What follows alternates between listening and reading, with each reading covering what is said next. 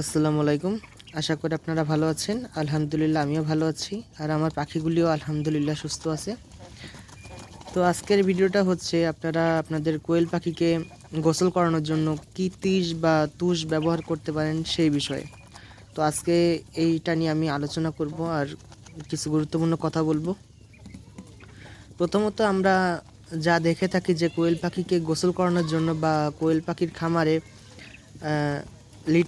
লিটারের জন্য আমরা অনেকেই দেখি যে বালি ব্যবহার করি, ধানের কুড়া ব্যবহার করি, ধানের তিস ব্যবহার করি, তারপর কাঠের গুঁড়া ব্যবহার করি ইত্যাদি আর কি ব্যবহার করে থাকি।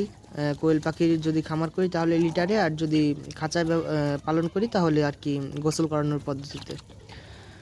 তো আমার মতে যদি আমার কাছে জিজ্ঞেস করেন তাহলে আমার মতে বালিটা না দেওয়াই ভালো, কারণ ওই বালিগুলো খুবই সূক্ষ্ম হয়ে থাকে, খুবই ছোট আর খুবই চিকন, যেগুলো কোয়েল পাখির চোখের ভিতর গেলে ঝামেলা হয়।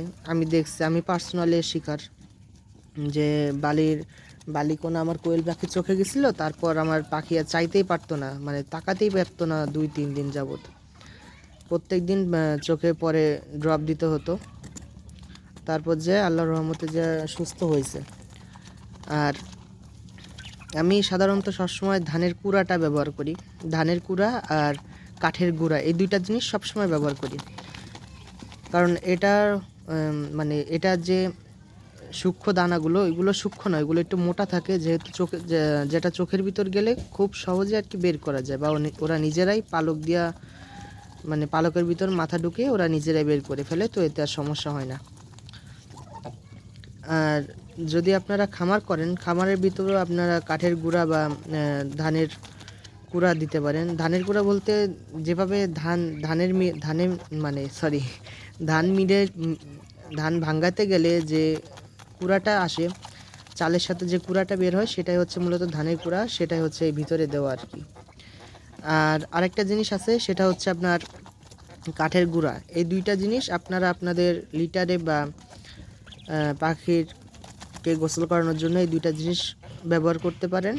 আর এগুলা মূলত ভালো, এই দুইটা জিনিসই ভালো। আপনি বালুও দিতে পারেন, কিন্তু আমার মতে না দেওয়াই ভালো, এমনি দিতে পারেন, সমস্যা নেই।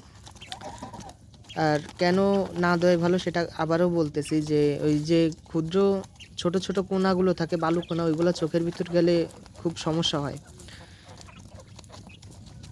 কারোর হয়েছে কিনা আমি জানি না, কিন্তু আমার পাখির সমস্যা হয়েছিল বিদায় আমি এই জিনিসটা বললাম। আর আমি চাই না আপনাদের কারোর পাখির সমস্যা হোক। তো এখন আপনাদের ব্যক্তিগত সিদ্ধান্ত। আর যদি কেউ খামারের পরিকল্পনা করেন তাহলে আপনি বালি দিতে পারেন, সেটা ভিন্ন বিষয়।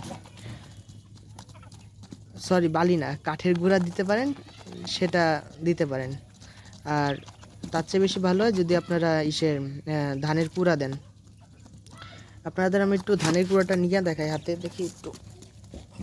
এই দেখেন ধানের কুড়াটা, এগুলা কিন্তু বালির মতো অত চিকন না, অত ছোট ক্ষুদ্র দানা না, এগুলো খুবই বড় বড় দানা। এগুলা ওদের চোখে যাওয়ার সম্ভাবনা খুবই কম। আমি আপনাদেরকে বালিও দেখাইতেছি যে বালির দানা কতটা চিকন। তো এই যে বালি নিয়ে আসছি, আপনারা দেখতেই পারতেছেন যে বালির দানাগুলি খুবই সূক্ষ্ম, আর এগুলা চোখে গেলে আসলে সমস্যা হবে।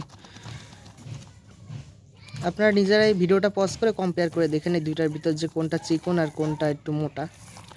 তো ফেলাই দিই বালিটা।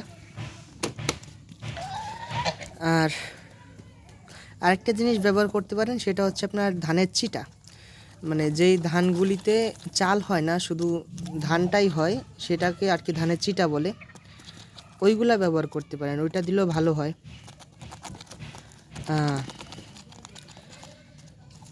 তো আজকের ভিডিওটা এই পর্যন্তই। এক ভাই জিজ্ঞাসা করছিল যে ভাই তিস হিসেবে কোনটা দিব, তো আমি আমার ব্যক্তিগত মতামত পোষণ করলাম।